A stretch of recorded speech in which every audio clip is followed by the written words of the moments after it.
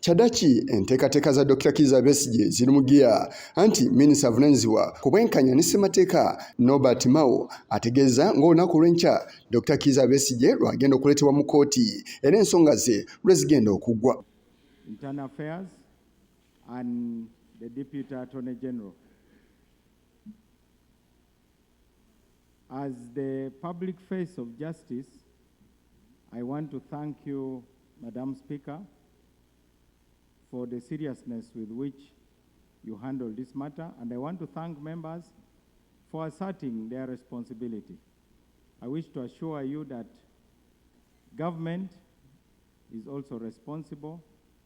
Responsibility means ability to respond. Ono okwogera bino kiddiridde omukuza w'ekikolwa ng'olukulu n'abakulembeze abalala okumussa ku nninga ogenda okumanya biki ebikwata ku Dr. Kiiza Besigye n'embeera yonna. Olunaku olwaliro mu kuggulawo ekikolwa ng'olukulu, omukubiza w'ekikolwa ng'olukulu Anita Ntamong avuddeyo n'alagira gavumenti okubaako byennyonnyola ku mbeera ya Dr. Kiiza Besigye era abuuziza ebibuuzo ebisoba mu 5 nga byonna byetaaga gavumenti okubeera ng'ennyonnyola.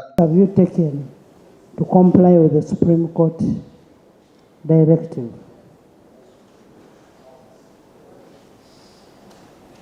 5, how long will we take to conclude the transfer of all active cases involving civilians from the General Court Martial to the civilian courts? Abamu ku baminisita okubadde Norbert Mao, David Muhoozi bagezaako okunnyonnyola wabula bye bannyonnyodde bibadde tebimatiza. I'm as concerned about the liberty of citizens as any of us in this chamber.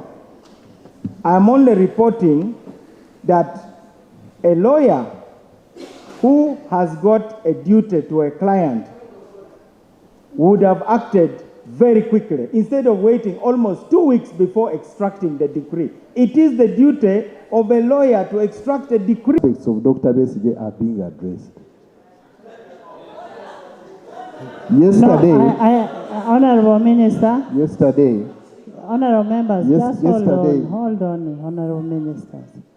Honorable Minister is bringing a very important point that we need to get a way to solve this problem. Kino kiwaliriza omukozi w'ekikolwa ng'olukulu Anita Ntamong okwevumba akafubo akatakiriziddwamu bannamawulire nga muno mwetabiddwamu abamu ku bakungu ba gavumenti awamu n'abamu kubakulira abapaka abali ku ludda olwabula gavumenti okubadde abakulira Joel Ssenyonyi, Asumani Basaalirwa, Nathan Nandala-Mafaabi n'abalala. Mu kuva eno ategeezezza nga bwe batisse Katala minisita Norbert Mao ogenda okunoonyereza ku byonna ebikwata ku Dr. Kiiza Besigye. Ono okuleeta alipoota evudde gye babumusindise avuddeyo n'ategeeza nti nga bo bakkiriza mu bwenkanya era agenza otuuka nga abamu ku bannamateeka ba Dr. Kiiza Besigye bali mu kafubo ne kkooti. Talking about these are the better lawyers, and they had agreed to reschedule the matter which had been fixed for Tuesday.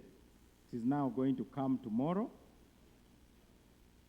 and during that sitting tomorrow the court will give the appropriate directions and they will definitely abide by the decree.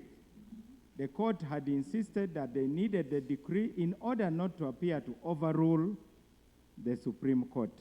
Oluvannyuma lwa bino byonna omukubiza w'ekikolwa ng'olukulu amwebazizza era n'ategeeza nti kino kiteekeddwa okuba nga kigobererwa era n'okutunuulirwa wabula akulira oludda olwabula gavumenti mu paalamenti Joel Ssenyonyi asigadde si musanyufu olw'ensonga nti bamaze kussa gavumenti ku nninga okubeerako kyekola ku nsonga za Dr. Kiiza Besigye. I want to appreciate this House for exerting our authority and speaking for people who are defenseless, held up in jail unfairly. So, this is step number 1. And look, even as I appreciate that government, after we have insisted and made noise and said, now you go, first deal with this matter, come back at 4, let's not always wait for that back and forth. Yeah, for some of these things, just move. Why do you have to wait for us to come here, make a lot of noise? Speaker ategeeza nti ye yaleese ensonga eno nga y'omuntu kale n'olw'ensonga eyo ateekeddwa okubeera ng'asiimibwa.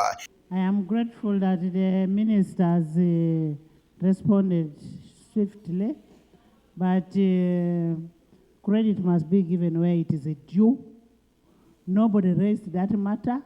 I brought it as in my communication. It was my communication, and And that's why, Right Honourable Speaker, we must. Era ng'ono awagiddwa n'akulira eby'amateeka ku ludda olwawala gavumenti mu paalamenti Wilfred Nowagaba. Handed took it up and pushed the listen minister. to government, to opposition. Yes. Yeah, we want to thank you very, very much and wholeheartedly for personally taking up this matter yourself and ensuring that we hold a committee, a meeting between the executive and this side, and you pushed the minister to ensure that we have results today. At least, we want to appreciate your personal involvement and direction in this matter. Ekisigalidde kwe kulindirira ebinava mu kkooti olunaku olw'enkya ku nsonga za Dr. Kiiza Besigye n'abalala. Kigongo ku lwa Channel 44 olweggulo.